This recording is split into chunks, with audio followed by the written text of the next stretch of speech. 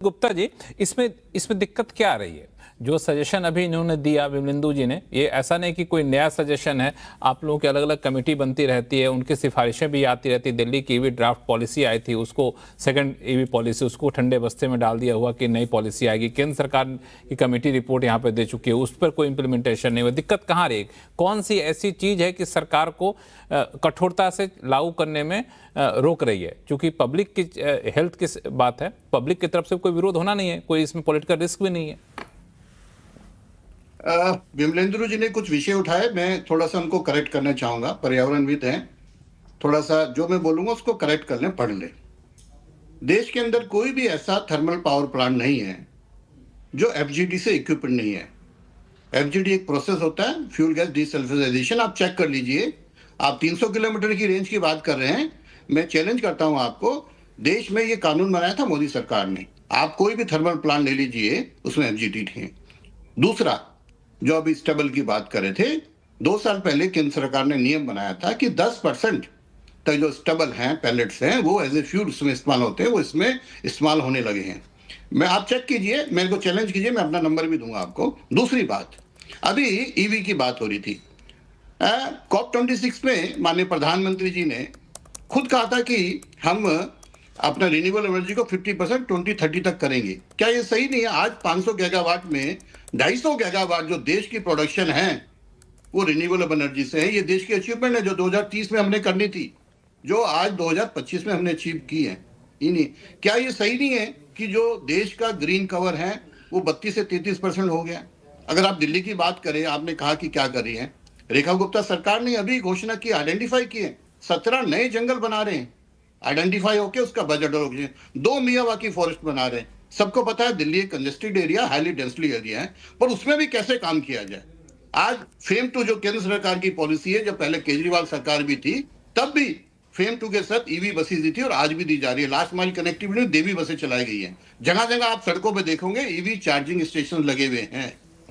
तो जहां एक तरफ हम रिन्यूएबल एनर्जी की प्रोडक्शन कर रहे हैं, अपना फॉरेस्ट कवर बनाना, एयर शेड की बात कर रहे हैं, और जहां हम ईवी चार्जिंग की बात कर रहे हैं, तो ये चीजें सरकारों की अप्रिशिएट भी करनी चाहिए। ये सही नहीं कि दिल्ली की 28,508 किलोमीटर की सड़कों पे जो लाखों टन जो डस्ट एक्यूमुलेट जो हमें लेगेसी में मिली, जो मैं बार बार कहता हूं, उसका रिमूवल का काम हो गया है, उसका शुरू हो गया है। पर क्या एक दिन में जो 27 साल में हमें मिला है वो आप चाहते हैं कि हम 8 महीने में करें? हमने कहा, हम मानते हैं कि आज भी समस्या है, मैं कब कह रहा हूं नहीं है, आज भी समस्या। पर अगर आप कंपैरिजन करें लास्ट ईयर से, तो स्थिति, अगर आप डाटा की बात करें, मैं विमलेंद्र जी को चैलेंज करता हूं, दिल्ली में हाईएस्ट मॉनिटरिंग स्टेशन है, 39 मॉनिटरिंग स्टेशन। आप अपनी मोबाइल वैन लेके चलिए, हम एक भी डाटा फजिंग मॉनिटरिंग स्टेशन मैंने नहीं लगाए, पिछली सरकारों ने लगाए हैं, और सबसे हाईएस्ट है। आप बॉम्बे, कलकत्ता वगैरह कहीं जाके देखेंगे 8, 9, 10 से ज्यादा नहीं है। और एक ये फेलियर की बात करते हैं, क्या ये सही नहीं है? टेक्निकल आदमी है तो यूडी लिंक का कई बार ही फेलियर होता है, और जो सीपीसीबी का डाटा आता है वो एक एवरेज में आता है 24 आवर्स का है। अगर आपको 3-4 स्टेशन बंद भी हो गए तो क्या एवरेज एक्यूआई का इसका इफेक्ट डालेगा?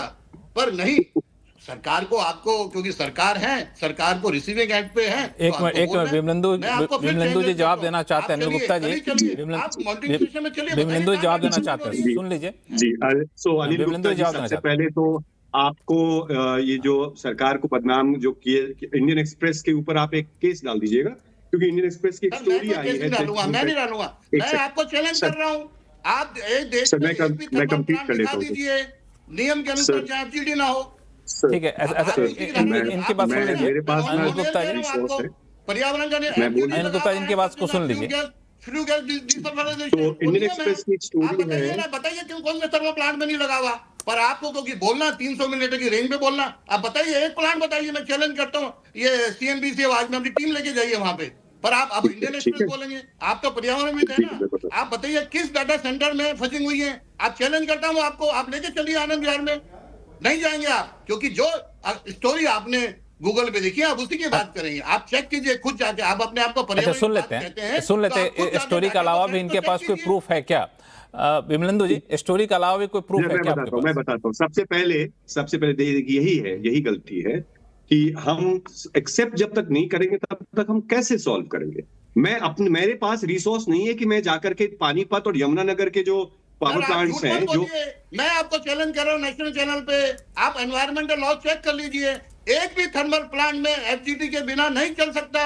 मैं आपको कह रहा हूं, फिर आप क्यों कह रहे हैं? आप चलिए ना कल आपके साथ, अगर आप नेशनल चैनल पे बोलने की हिम्मत रखते हैं तो जाने की भी हिम्मत रखिए। आप थर्मल पानी में जाके देखिए, क्यों नहीं, आप झज्जर में जाके देखिए, आप दादरी में जाके देखिए, नजदीक है आपको। ऐसे तो बात नहीं हो पाएगी। प्लांट करनी है आपको। अनिल गुप्ता जी, अनिल गुप्ता जी 1 मिनट के लिए आप चुप हो जाइए। अनिल गुप्ता जी 1 मिनट के लिए चुप हो जाइए। विमलेंदु जी अपनी बात रखिए, फिर ब्रेक पे जाऊंगा। अनिल गुप्ता जी 1 मिनट चुप, इनकी बात नहीं ना, आपने जवाब दिया है, उसका जवाब तो सुन लीजिए। विमलेंदु जी 30 सेकंड में जवाब दीजिए, ब्रेक पे जाना होगा। जी। तो सबसे पहले ये जो है कोल थर्मल पावर प्लांट्स, आप 3 एक्सपर्ट्स यहाँ पे बैठे हैं, आप किसी से भी पूछ लीजिएगा, 50 आर्टिकल्स आपको मिलेंगे कि there are at least 15 thermal plants in 300 square kilometer radius that do not treat sulfur dioxide, that do not follow the emission norms. अब इंडियन एक्सप्रेस की स्टोरी है, मेरे पास रिसोर्स नहीं है कि मैं जाकर के चेक करूं, प्लीज सॉरी। ठीक है, इन्होंने कहा कि इनके पास रिसोर्स, हाँ मेरे पास, मैं कहां से चेक करूंगा? मैं क्या साइन, मैं थोड़ी आकर के चेक करूंगा? सरकार की अपनी एडमिशन से आया रिपोर्ट है, और फिर आप झूठ का प्रचार मत करिए। अगर आप झूठ का प्रचार मत दीजिए, मैं आपको चैलेंज कर रहा हूं।